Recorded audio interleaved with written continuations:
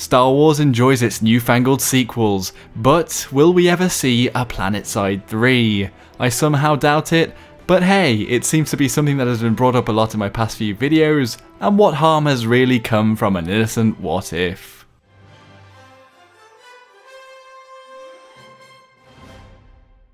What if Planetside 3 was released then? What would I want to see from the new game, and what concoction of game elements could make the mega success that Planetside 2 didn't quite reach, replacing Battlefield as a relic of the past decade? Well, here are a few ideas. And to mention, I am going to be semi-realistic with what you might get from a game, and it isn't going to be completely pie in the sky idealistic, so bear that in mind. The biggest thing would be to not be free to play, and this will inform quite a few of the decisions below, but to be profitable and not to be too obnoxious. I would propose an RNG case opening style system for cosmetics, with cases perhaps being linked to base caps or capture system somehow, and something that mirrors the system in CSGO and Dota where you buy keys, even perhaps feeding into the Steam Player Store. So much of Planetside 2's lost promise is because of the constant requirement to design things to appeal to people's wallets. I'm sure most of the team don't enjoy this either, like a vegetarian vampire that cannot control their bloodlust. Capturing bases in Planetside 2 is fairly repetitive. Get as many infantry players onto a point and wait for that timer to tick down. Planetside 3 could benefit from more dynamic capture mechanics. Even simply allowing tanks to also capture points and not hiding them all in buildings could really change the way players engage. But I was more thinking of an escort style capture, manoeuvring a scripted siege vehicle needed to bring down a base's shield for example, giving importance to moving across the map and not solely on the point. Similarly, Xander, the map designer's new approach to removing small choke point like bases, will really open up the battlefield in Planetside 2, and with the construction system will mean hopefully battles will become more fluid and dynamic. What I mean by this is fights will happen between bases and there will be destroyable objectives that aren't just a blood clot to the map flow.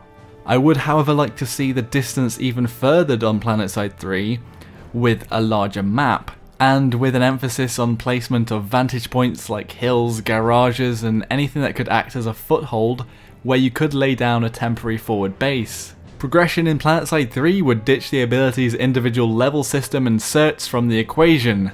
Weapons would be unlocked in trees, maybe branching off from the default weapon to their specializations, so there is progression but everybody is on the same track.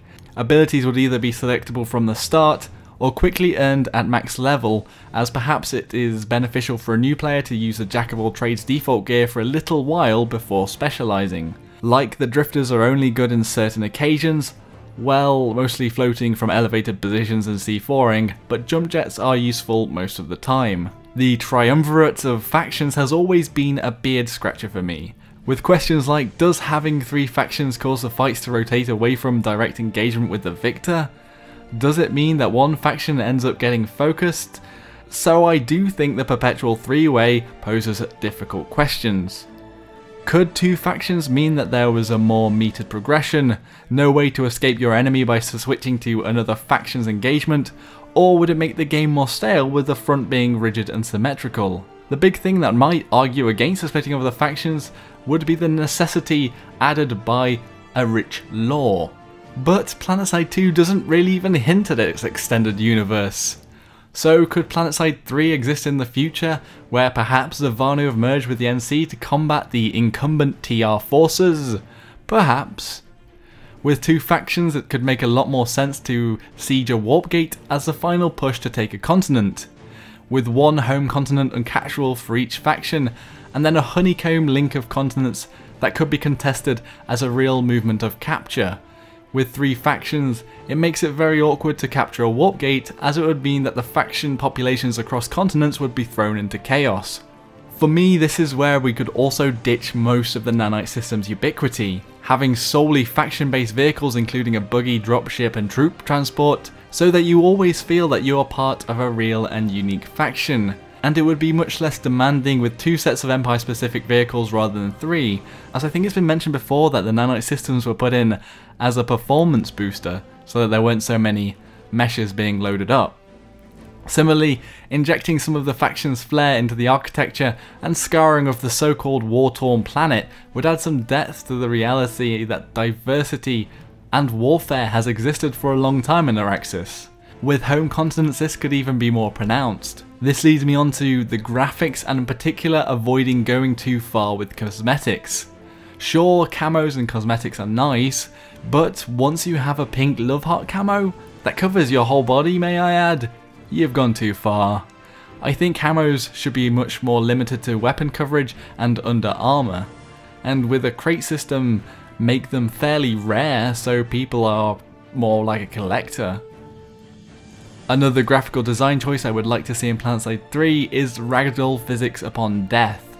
It seems so integral to gaming since the prolific physics playbox that was Half-Life 2 took the center stage. Having a scripted death animation screams of yesteryear and seems almost tacky in today's gaming scene, often only appearing in free-to-play cookie-cutter clones of Call of Duty. These visual design choices run along generally bringing the game to a new engine of this generation, with better shaders and physics systems in general. Performance has always been one of the biggest gripes of the game, both on the end of the user with FPS flip-flops, also on the end of the networks. This is especially true for the EU servers, which seem to spike more than a punk rocker's Mohican. The problem is, however, that to achieve the scale of Planetside, until CPUs become pan-dimensional quantum gates, we may always be slightly limited. But investing in a good quality assurance team, core coders and decent server hardware seems like a safe starting point, alongside making sure the most is used from today's hardware, especially good support for multiple core CPUs. Hacking is becoming such a turn-off for Planetside 2 that GMs would be a necessity to react to the threat as it happens. Having an initial purchase would also stop some players, but as we have seen with H1Z1, that doesn't stop some rich kids from spamming bought accounts and hacking. Who the hell knows why though? Making sure that all the world zones have adequate support, even if they are outsourced, having someone remotely located in the EU, US, Australia, etc. to be on hand and to reboot the service and watch out for hackers is just really important. The implant system also tried to tap into the gambling fervour of case opening bonanzas, something I may add that even garners thousands of concurrent viewers on Twitch for streamers, you know, spending money and opening virtual boxes. The implant system completely failed though, firstly by being ugly and overcomplicated, secondly because they included actual abilities that buff players. Implants stand as one of the things in the game I could slightly consider pay to win, the reason being that you realistically would need to pay to keep the highest tier implants juiced up for your whole playtime. However, I could see implants in my Planetside 3, with a new clean UI and only one level of implant. With all implants available to players, it would be a nice addition to player choice and variety, but for the reasons above, I will firmly continue to boycott it in Planetside 2 as long as it remains a mess. So these were my thoughts on what an ideal and successful Planetside 3 could look like. What do you all think would realistically make a Planetside 3 or Planetside 3 type game a success? Either way, I am very skeptical of a new game anywhere in the near future, partly because Planetside 2 is a money siphon more than a fully finished and dusted game, and it probably hasn't had enough success to get investors excited. And at the very least, this video could act as my ideas for how Planetside 2 might be able to improve. So, if you enjoyed the video, give it a thumbs up. If you thought it was bad, thumbs it down. Subscribe to see if we make it to Planetside 3, and I'll see you next time. Joshino.